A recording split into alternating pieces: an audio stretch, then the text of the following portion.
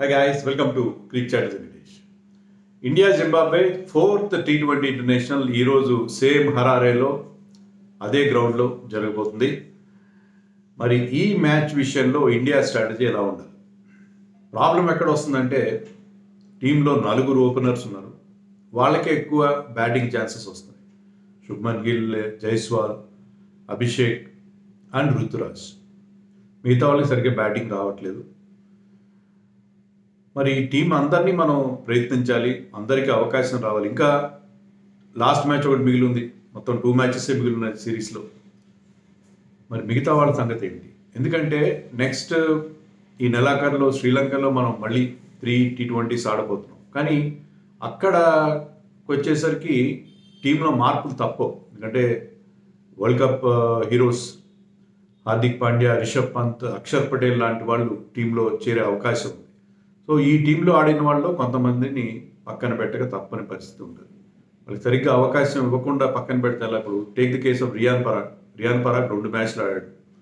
ఆ 2 మ్యాచ్లో అతనికి ఒకే మ్యాచ్లో బ్యాటింగ్ వచ్చింది, దాంట్లో ఫెయిల్ అయ్యాడు.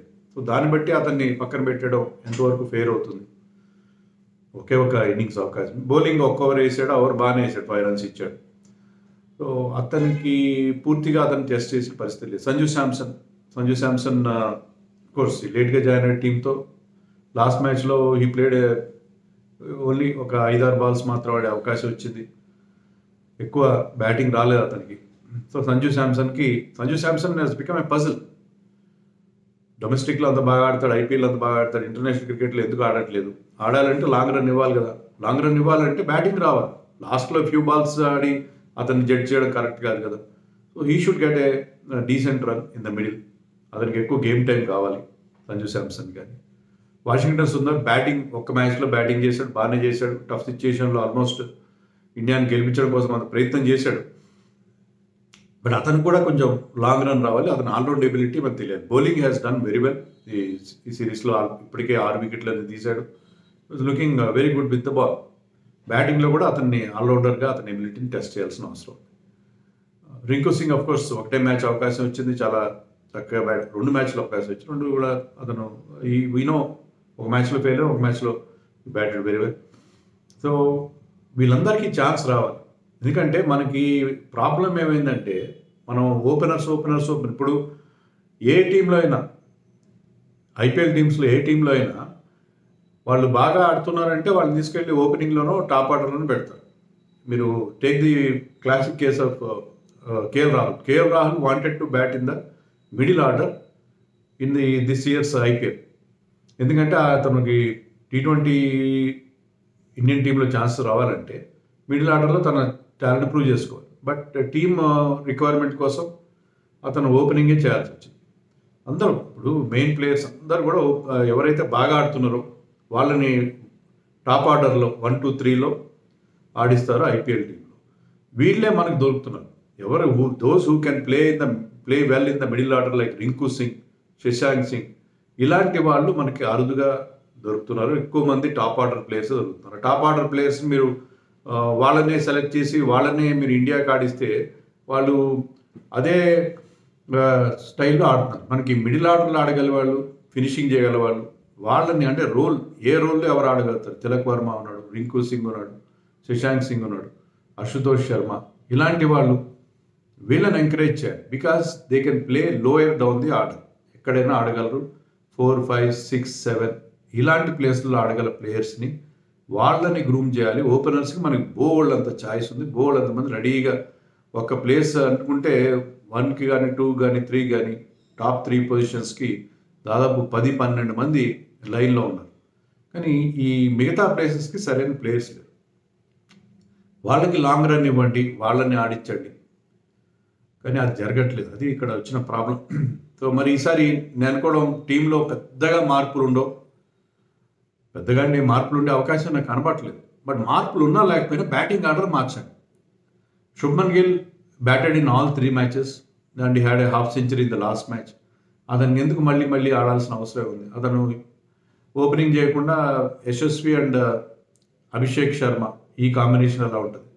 వాళ్ళిద్దరితో ఓపెన్ చేయించి let him drop down the order. Sanju Samson number 3, ఆ తర్వాత శుభ్మన్ గిల్ ఋతురాజ్ లాంటి వాళ్ళు ఆడితే వాళ్ళు, ఎందుకంటే they already had good outing in the middle.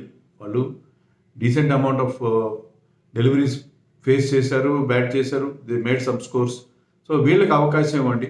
Abhishek శర్మకి ఎందుకు ఇవ్వాలంటే ఈ ఓన్లీ అతనికి అతను ఒక ఇన్నింగ్స్లో ప్రూవ్ చేస్తున్నాడు, let him give one more opportunity. So batting ఆర్డర్లో మార్పులు చేయాలి. వీళ్ళైతే వాషింగ్టన్స్ ఉందని కూడా కాస్త ముందు పంపించాలి. సో ఆ రకంగా మనం చేంజెస్ చేసుకోకపోతే అందరికి అవకాశాలు రావు.